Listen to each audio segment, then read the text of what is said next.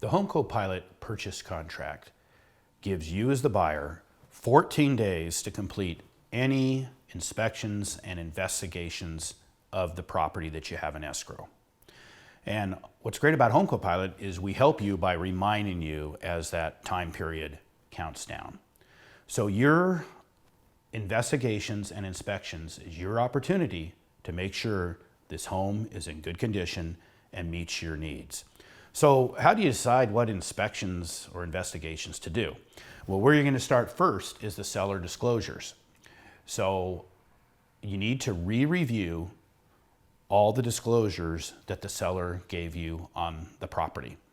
And just look at what they gave you and see if there's anything that bothers you or anything that doesn't work for you.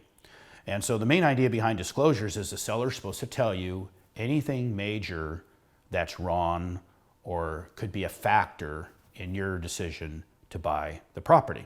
So just review those.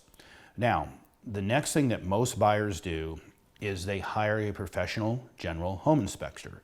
Now, there's no requirement to do that. Your lender doesn't require it be done, but it's usually a good idea. Now, some buyers, you could do the home inspection yourself because you're knowledgeable enough to go through it. But most people aren't able to do that. So you're going to hire that general home inspector, and then they're going to come up with a report of all the items that they think may need attention in the home. So what you're going to have to do is look at that report and decide if you want to ask the seller to make any repairs. And HomeCopilot allows you to ask them to make repairs, or you can even ask them for a credit. You can say, hey, give me this dollar amount, and then I'll make the repair, and I'll worry about it, or I'll have someone do it. So the key in repairs is to make sure that what you're asking for is reasonable. And HomeCopilot gives you a reasonable repair guide. You can see that guide in the helpful tips on your homepage. You can print it out and look at it. And that gives you a good guide. The seller has it too. So you can decide what is reasonable to negotiate as far as repairs. There's additional inspections that you can do, but in our experience, they are rarely done. And they're usually only done if something turns up in the general home inspection that makes you think like, hey, we ought to investigate this further. So additional inspections are done by specialists. And you have to sort out what makes sense to do and what makes sense not to do. And again, like I said, they're rare that people ever do them. Because your home inspector may say something like, hey, the roof shows sign of wear. We recommend that you investigate that further. So you got to figure out whether it makes sense that you investigate it further. Some examples of additional inspections that can be done, and again, they're all specialty. There's chimney inspections, there's foundation structural inspections, heating and cooling system, electrical inspections, plumbing inspections, roof inspections, etc. And again, the main thing to remember is most of these are rare, and you normally don't want to worry about it unless something turns up in your general home inspection that makes you think, hey, I had to look further into this. Let's talk about some paperwork inspections. So what HomeCopilot does is they send you a copy of the preliminary title report. And what you need to do is review that title report. And normally things are fine, but you're going to look at it, and you're going to look at a couple things. You're going to look at easements and encroachments. And what an easement is the right for someone to come on your property and do something. So normally you'll see things like utility company easements. So the electric company can come on the property and deal with a problem with the wires if they have to. So again, easements are usually not a problem, but you want to look at them and understand them and how they affect the use of your property. You may have a neighbor that has an easement to drive across your property to get to their property. So you'd want to know that, and then you'd want to make a decision. Does that really matter? Does that really affect you? Now, encroachments are different. Encroachments are something from another property that's on your property. Okay, so I own a property where there's a fence that the neighbor's fence is 2 feet over on my property. But it doesn't matter because my property is so big, it doesn't affect the use of my property. So encroachments are rare to show up on the title report, but look at it. If you see one, look at it, understand it, and then decide, does it really matter? Does it really affect the use of my property?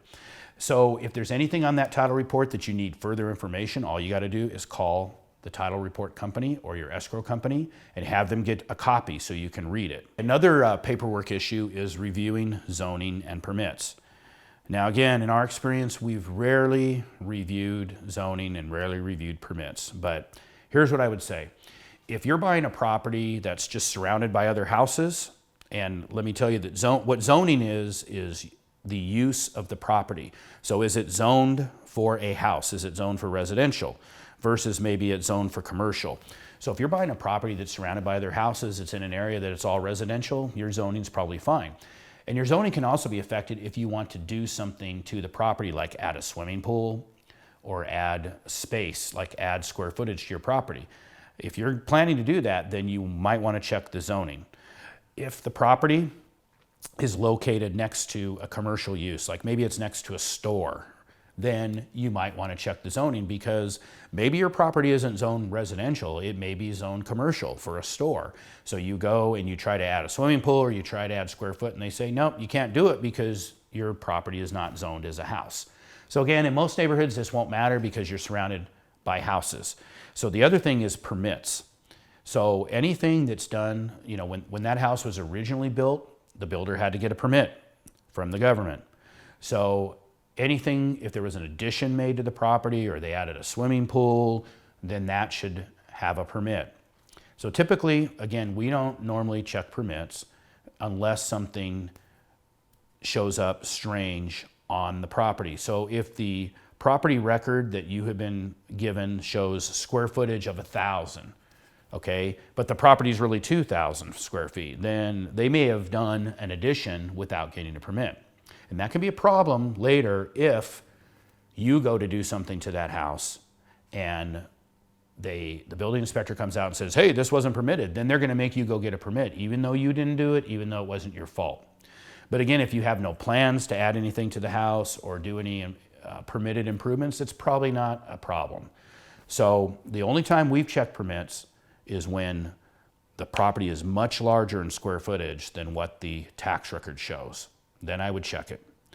So that's everything you need to know on doing your investigations and inspections. And I recommend, you know, there's a lot of details here, so I recommend you print the report on investigations and inspections. Just go through it, read through it, understand it, and then apply it to your situation. And happy home buying.